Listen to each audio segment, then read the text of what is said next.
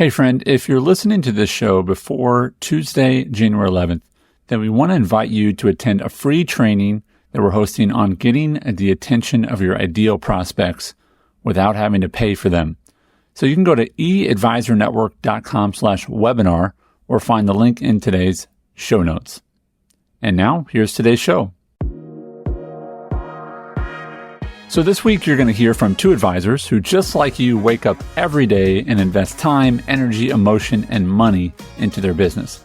They both attended our How to Charge Live in-person event, and you're going to hear about how they overcame their fear and inexperience and put systems in place so they could start getting paid well for their time. Now, Sten and I believe that the How to Charge Live event is the best investment you can make in your business if you're serious about getting paid for your time. We guarantee it will pay for itself with your very first planning client. And the stories you're about to hear are proof that what we teach works. Our next How to Charge Live event is in September at our offices outside of Nashville, Tennessee. And if you're ready to start charging for your time, then click on the link in the show notes or just go to howtochargelive.com. Now, here are two great stories from past attendees, Myles and Robert Allen. Myles, thank you for taking some time to share with a lot of people about your How to Charge Live experience. I appreciate it. Yeah, man. Great to be here. Good to chat with you again. Well, your team has been bragging on you. We've been asking how are the folks down south doing, and they've said Myles is crushing it. So if you could just tell folks first a little bit about yourself, and then what kind of business structure are you a part of? That's a common question we get. About, in what context can paid planning work? Yeah, no, that's awesome. I appreciate those kind words. First off, it takes a village for sure over here. So it's good to be a part of a team that believes in planning. And so for me specifically, I have found some fun, just a fun lane and just some fun conversations I've been able to have with some existing clients, some new clients. But as far as our business is structured, I'm an advisor with a very well-known national firm that focused heavily on insurance in the past. That's made a shift to planning probably over the past 10 years or so. We specifically do have a very balanced practice as far as risk products and also investments. Mm-hmm. A big driver of ours that we're tracking annually is just new assets under management. So it's maybe a little different than some of our peers. And in that, we just found a new opportunity to do not only do comprehensive planning, but to really monetize it and charge for it. And so a big piece of that is just being able to get paid for work that we're generally going to market and already doing, whether that's putting together a financial plan or managing a variety of projects.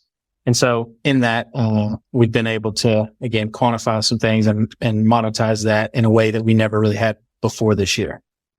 So what was your mindset coming into the How to Charge Live event? You came as a part of a team of 5 guys? I think 6 of us came. 6. Okay. All right. So 6 people from one office come. What was your expectation of what you were walking into? To be honest, I was probably one of the biggest naysayers of this because I got that vibe from you, man. I really got that vibe from you. Just kidding. Yeah. Yeah. No, and I'm certainly not a negative person. I think I just approach life pretty positively. Yeah. Just you like do. Happy to be here type guy. It's like, you look around and you're like, man, how'd I get here? But the truth is I just had grown up in a culture where it was like, find the need, meet the need, like find the products, fit, sell the product. Yep. Yeah. And over time, our philosophy as a firm has changed where we were risk heavy and we shifted, like I said, to the assets. But in that, still have a mental block of like, where's the sell? Where can I make this product fit? Because we are a for-profit business, as you know. And so where do I, help meet needs, but also just, I have the remedy. Let me find the issue. And so in that, I would say I was probably more negative towards the idea of charging for something that I didn't really think was worth it. Is it because you thought it was just not worth the squeeze, so to speak? It was just like, it's just more work. I mean, it was that, like, here's something that always popped in my head whenever we discuss fee-based planning. It was like, how are we going to charge people for something that we're already doing for free? Okay. So that was like in the back of my head That's of a like, great question. we put these financial plans together. We do this work. Yeah. We do handle a lot of just ad hoc projects for clients that just come up because we're kind of the center of their financial world. Yeah. But we didn't like, how am I going to charge for that when I'm already doing it for free? Like, is it really worth it? Am I worth it? Are my services, are our team? So there's like some self-identity things in that of like, what's our true value to our clients? And if you were going to charge, when you showed up here, what did you think? Okay, they're going to teach us to charge and I'm going to start charging this much for plans. We thought, our number was like 6,000 for like an annual engagement and putting together a financial plan. That's probably like, that was the ceiling. Right. So how did the event surprise you? In what way was it different than what your expectation was? Well, I think for one, I learned how to frame almost like a new approach to conversations. So on the outset, really we're going to market with a different presentation, a different approach to clients or to prospects, I should say, versus the old way of just like, let me get some information, let me put a plan together, and then maybe you'll buy something from me. That's kind of the old way of thinking. Whereas now it's much more value add, other focused, very just heavy on, let me give you my best ideas. And also let me learn how to quantify these ideas, which is what we certainly learned at the event. And when you put pen to paper or, dry erase marker to the whiteboards, then you're able to show a ton of value early on. And I think creates this appetite for people to want to know more, because everybody loves, free advice, but they also love free money. And so when you talk about these ideas that you're able to quantify and ways that you're going to save them, for sure that was something I'd never heard before. So you're getting ready to leave and and again, thanks for this. If you go to howtochargelive.com, you click on the testimonial video, you'll see Myles a few times on there talk about his experience. And so he was pretty fresh off of it at that point. And at that point, it was more about like, hey, I'm optimistic about this. Now it's like, not only am I optimistic, I'm realistic because optimism is great. I think optimism is healthy, but also sometimes optimism runs into reality and it crushes optimism, right? That's right. But tell me, since the event, what has happened for you? Yeah, so I agree completely. I haven't looked at those videos in a long time, maybe since they were posted. So I bet even my conviction and my like belief level around it then was way, way lower and different than it is now. For me, part of that is just I was able to partake and participate in some wins. Like I got to go in some meetings and be a part of some cool things that happened that I, kind of became contagious in a way. But bigger than that, I just was able to see the value that we add to clients when otherwise we'd almost like run away from those projects or not try to tackle those ideas. And so I truly believe that after the event and after months of being able to engage with people in some pretty impactful ways, that the way we go to market now is the best way to do financial planning. And it really is different. I mean, it's fundamentally different in the beginning. But you get some of these same outcomes, meaning, you place product, right? Yeah, you get AUM. So we're not saying, hey, stop selling cars and start selling popsicles. Like it's not like complete shit, right? That's right. That's right. It's just let's sell them in a different way and wrap them in something that is unique in the market today. Yep. And I'll say this, that in that, just from like a dollar standpoint, I mean, I had personally been a part of one engagement my whole career, one person paying us a fee. And it was how many years? I think it was $3,000 in 7 years. Okay. And so this year, in the 6 months of this year, been able to be a part of collecting north of 120,000 in annual fees. We get out my calculator. That's more. Okay. Yeah. That's a little more. And again, I say that to say like the opportunities were there in the past, but we just didn't even know how to present it, how to find them, how to quantify them. Certainly didn't know how to close them. And so all that came from coming to the event. So I'm trying to remember did you come in January or did you come in? We came in January. Yep. Okay. All right. And it's June now. So yeah. All those numbers are after the event. I didn't collect any before the event. Yeah, so we had one close like the week after we like landed. Yeah. And I think we texted you or Stan and was like, "Hey, we got one on the hook. Like we just got home." So it's like one of that. If you went to church camp growing up and you got like the church camp high that first week, you get home and you're just like fired up. It's like that, except it's just carried over because we keep getting paid for it. So yeah. I didn't get paid when I got home from church camp. No, me neither. You just burned your bad CDs or whatever. So tell me about the fee ranges we're talking about. Because I think one of the dangers is when people put out conversations like this, they cherry pick and they say you're gonna make $80 million in 10 minutes. You know what I mean? Like, so there's a range, right? So tell me the range of fees that you're talking about you've collected. Yeah, I think that some of the initial ones were even low for where our standards have grown to. The truth is, any project-based thing that I can quantify that's going to take at least a quarter off, we don't want to engage for less than 3 months. It's just pretty hard to get anything done like that fast. Way more transactional, not a lot of relationship there. And so we're looking for at least a 3-month, generally an annual engagement. One thought that we initially had was like, let's try to get them to pay lump sum. And how great would it be to just have all the money at once? And our methodology has shifted there as well, from a renewal standpoint, where we're trying to actually get people to pay monthly instead and sort of just become a part of their team or go-to resource that they feel like they have Highland Wealth on retainer. And so, in that, some pretty standard average fees have been $8,000 to $10,000 for, a 6-month to 12-month engagement. And some of our larger engagements have been $40,000 to $50,000 for an annual engagement. Wow. So those are pretty big numbers. Our averages that we're seeing out of the event are people starting out with a new rate of around 4,000 to begin with. But those are for people that haven't been charging, or if they have been, they've been charging $1,000. Or there's sort of this really unique, like $1,500 to $1,700, like safe range that people stay in if they do charge.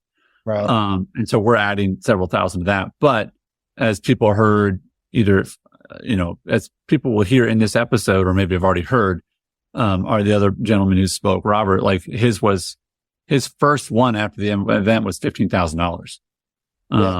And it's because at the event you do an exercise and you see, if I get a client like this, a $20,000 fee makes sense. Right. We're paying for our fee in spades just in the ideas alone. Right. And so when you quantify that for a client, they don't even balk at any number. And it's kind of like, I forget who said it, but the best negotiation is when both parties leave a little disappointed. And so it's kind of like that. Like you go and they agree to a fee and it's like, could we have charged a little more? And they're thinking like, could we have paid a little less? But it works. And you certainly want to be paid for your time and feel that you're, getting the juices worth the squeeze, as you said earlier. But you also want to be careful not to become an employee of the client. Right. Like where they, thinking, man, I could just replace this person with an employee. So it's a balancing act on the fee for sure. Gotcha. Well, if someone's thinking about coming and they're part of a team, and I mean like they have one other advisor they just do teamwork with generally, they share an office with, why should they both come, or why should 4 of them come? I think you should bring anybody who's client facing. And so for us, that's 6 people, 2 partners and 4 advisors in addition to the 2 partners. So we're all seeing people, fighting to see people every single day. And those folks are the ones that are going to be able to find the opportunities, quantify them, learn about ideas, and then ultimately close the business. And so, even if it's not your office, even if you have, like in our world, joint work is a pretty big part of the culture. Right. Maybe you have another advisor that you do a ton of joint work with. Y'all should probably both go and just, learn these ideas together. Otherwise, you're going to go and you're going to come back fired up and you're going to be trying to tell them something that you can't even get them to understand. Right. And so created a ton of buy-in, for our whole sales team to be able to participate and learn. And everybody's engaging with fee-based at different levels, but we all certainly have more conviction than we did 6 months ago. Awesome. Well, I encourage folks, go to howtochargelive.com, and you can see the testimonial video where Myles talks about his expectations after the event. I mean, it was literally taken, as we're getting ready to kind of pack up, and see that those expectations have become experiences, which is pretty awesome. So keep up the great work. And I know that we've continued to have dialogue And we will continue to have dialogue with you and your members of your team as we want to continue to support you guys and take you even to the next level with charging for your advice. And if you want to be more like Myles, then go to howtochargelive.com and come to the event. We'd love to see you all in September. Myles, thanks for your time. I really appreciate you. Awesome, man. Always a pleasure, Andy. Appreciate all the hard work y'all put in. And we wouldn't be where we are without that event. So if you listen to this, go to the event. Thanks, Myles. All right. See you.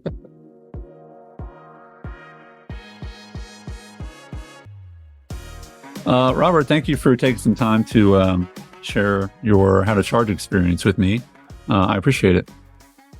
Happy to do it. Hey, you're a part of our community. You've been to one of our live events. You sort of out of the blue shared some success with me recently, which we always encourage our members and past attendees to like email us and say like, tell us if it's working or not. And if it's not, we want to fix it. And if it is, we want to celebrate with you. So I guess I'll start by saying congratulations. That's some awesome news. I appreciate it. So tell me, just tell folks who you are and then sort of what's your business structure. I think people always want to know like, who does he work for and how long has he been in the business and does he have partners and so on and so forth? Yeah, absolutely. So I started in the business about 7 years ago, worked for an RIA for a few years, followed my wife's career, moved, and ultimately it didn't work out with the prior firm. So I actually went in-house for a little while, was a CFO for a company, and realized I really wanted to get back to financial planning and managing money. I mean, that's really where my passion was. So I started my own firm we went full-time in 2020. So it's myself and a partner who handles the majority of the investment management piece. He's got 40 years of experience roughly managing mutual funds and that sort of thing. So it sort of fell on me to grow the planning side of it. So it's just the two of us. We're actually in the process of hiring a new employee. So that's exciting. And part of the reason we're able to do that is the revenue we've generated from, like we talked about, coming out of your event. Yeah. Awesome. What's your new employee going to do? A little bit of everything. So sort of a utility infielder. So she's going to be helping me primarily, offloading a lot of the operational work so I can really focus on the planning. We expect it probably to be a 6-figure vertical for us next year. Awesome. Awesome. So tell me about well, first, how did you find us? I found Sten on LinkedIn and started following him and went back and listened to the podcast. And I started episode 1 and binged it. I mean, I think I got through it. There were maybe 60 some episodes at that point. I think I got through it in a month. Just loved the material he was putting out there. And, after that, I did the whiteboard event that y'all had on the website or the whiteboard training. Yeah. You downloaded the sort of little mini whiteboarding class. I did. Got some feedback from you, which scared the hell out of me. So, well, jumped in and was like, I got to figure out how to do this correctly. Yeah. Well, I tell you what, if you wanted to be great at something, everybody has to be willing to be bad at something first, right? And that's a pretty common. That's right. Right. And so, what I find fascinating about when people aren't good at whiteboarding is they can still be really good advisors, right? They can still really know their craft, but communicating on a whiteboard it's a really different animal. And so, okay, you found us through LinkedIn and podcast, and then, I had some back and forth via email. Then the next step for you really was coming to the event. So that's right. What was your mindset coming into the event? What did you think was going to happen? To be honest, I'm not entirely sure. My goal was sort of, all right, I just need to make this thing pay for itself. My partner was a little bit skeptical. Like I said, old school money manager guy. And, he's sort of like, well, if you want to take it and run with it, sure. So I knew I needed to see a return on it. And so, I was, okay, hopefully I pick up some tips and tricks and can figure out how to charge a little bit more for planning, which going into the event, we were charging nothing. It was sort of built into our AUM model. Yeah, a little more than nothing. So, some return, regardless of what it was, would have been good. But really though, on a practical level, were you expecting to go, I'm going to learn how to charge $1,000? I mean, what were you expecting? I was expecting somewhere in the, 3,000 to 4,000 range. So when I started listening to the podcast, it was right before the new year. So I was updating our ADV and I went ahead and put in there that we're going to be charging planning fees. And, I sort of borrowed some of Sten's confidence. It was like, I'm just going to throw 7,500 as the number in our ADV. knowing full well that I was going to negotiate down from there. But that has not at all been the case. And, I told you about a recent win where we got a client, my first client doing planning, and it was $15,000. Wow. Well, and I want to go back real quick. So, I think your mindset going into the event was, I need this to pay for itself. That's right. Right. And our guarantee on the event is that it will pay for itself with your first planning client, period. So if it's $3,000 for the event, we will teach you. So your first planning client is $3,000 or more, as it should be, right? You should not be doing planning for $1,500. Now, 15,000. Yeah. Or free. Yeah. Anything lower than 1,500. Okay. That's right. So 15,000, how do you get to a number like that? So like I said, it was a lot of borrowing confidence coming out of it and saying, okay, hey, we worked through a fact pattern as part of what we did in the training event. And it was relatively complex, an entrepreneur who had X, Y, and Z going on. And the client that I was dealing with was in a very similar situation. Really? So you're referencing, just so folks, because they haven't been to the event, we talked about this in one of our episodes. But there's an exercise we do at the event where basically we give you a bunch of information about a business owner and their spouse and their family and their business, and then you come up with a plan based upon the information that we give you. And then we also say, how much would you charge for that plan? That's right. What's fascinating is when we do that, one, it's very engaging. You're building a plan and you're writing out planning ideas with other advisors you met 24 hours earlier. And it's fun because it's very hands-on. And then the best part is that people who walked into the meeting or the event saying, I've never charged, they'll write up, man, this is a $20,000 plan, Andy, I don't know if you remember, our group came in super low on that plan.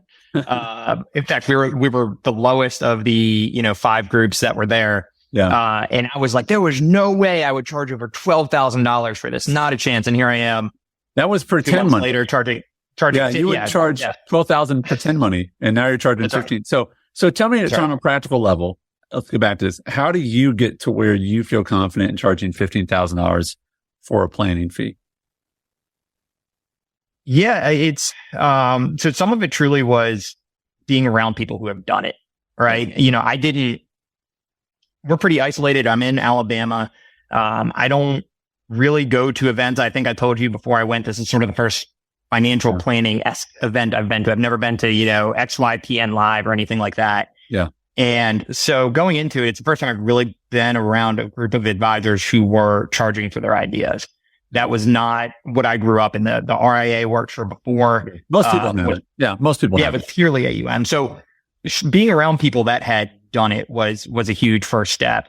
And then sort of learning the actual tactics of, okay, get up on the whiteboard and, the instance I'm talking about here, it was doing a little bit of corporate restructuring. They're an LLC, not being taxed as corp, adding a 401k, adding a cash balance, doing these things and quantifying the value. And the guy kind of looked at me, and I think over, the projected tax savings over 8 or 10 years was like close to $1 million, maybe more. And his jaw just kind of dropped, and he's like, when can I sign up? Yeah. So, I didn't even tell him a price. It was literally just, he came in with a fairly sizable 401k for us to manage. And typically I would have given away the planning for free just to manage that 401k. Right. And, I presented some ideas and I was like, look, we can do X, Y, and Z. We can have this quantifiable savings. We can, add this much to your, retirement accounts, obviously given market conditions and that sort of thing. But I think his feedback in terms of just like, all right, where do I sign was what did it for me. And so, I again borrowed some of the tools that you all provided, and looked at, okay, here's a matrix of pricing and complexity and what sort of makes sense. And I gave him actually 2 options and he picked the more expensive one. And we always teach people, we teach this at the event, you should always have 2 investment options. We don't call it pricing, but 2 investment options for your client or prospect. And because it gives them 2 chances to say yes. That's right. And they also have to say no twice. Right. So, so good for you for following through on that. And you do find there's just a lot of people who are like, no, I want the better one, and the difference between the 2 can just be a meeting or 2. So that's phenomenal. I want to ask you, because you spent the money on the event, you had to get yourself here and stay overnight and, sit through it and learn it. If someone's thinking about it, they listen to some of the podcasts, but they're not a part of our community. They've never talked to Sten and I personally. They're just they're like a lot of people in our audience who just love to listen to a good podcast, and we love producing a good podcast for them. But they're like, man, should I pull the trigger? That's $3,000. What's your advice to them? I mean, you look at it, to your point, as an investment, the same way we present it to a client. The ROI on this was huge. I did not anticipate that I would go and come out and be charging a multiple of the fee for the event on my first plan. Didn't expect it. And I understand that's not always going to be the case. And I'm going to be doing less, plans that require smaller investment over time. But yeah. I would say the investment is worth every penny because the return is huge. And you guys do a great job of removing the risk. Yeah. We don't want people to have risk. I know you got to, get here to our beautiful spot. It's a beautiful area. It's a nice place to be, and you're not finding traffic and trying to find a taxi and all that jazz, you can walk around freely, and, we've got a putting green. We got to do the putting green next time, Robert. Yeah, I didn't even see it. I know. Well, we got next time. But I appreciate those thoughts, and yeah, it's our hope to remove the risk, and to over deliver, and that, folks like you, we want it to be a multiple for you. And I heard you mention, we'll end with this. You're planning to be six figures next year. Based upon what? So the one plan we've already done, which is, 2 months after the event or something. I have 4 more clients that were already clients, AUM clients, that we're going back to and saying, hey, there's a whole lot more value we can be adding to you. Have you thought about going down the planning route? And then just projecting for next year in terms of, okay, if we get to, mid 6 figures this year, it's not going to be a huge leap to get to, or mid 5 this year to get to 6 figures next year. Awesome. Well, keep up the great work, and proud of you for putting in the work and being brave and putting it out there. And I know that you will deliver great value for those clients. And if you're listening, go to howtochargelive.com, find a seat for the September event, and we'll see you here. So, Robert, thanks for your time. Yeah, thanks, Andy. Take care. Well, as always, thank you for listening to today's show. You can head to the show notes for links to sign up for a webinar on Tuesday, where Sten will teach about his most effective prospecting method, or you can sign up for our September event at howtochargelive.com. Thanks for listening.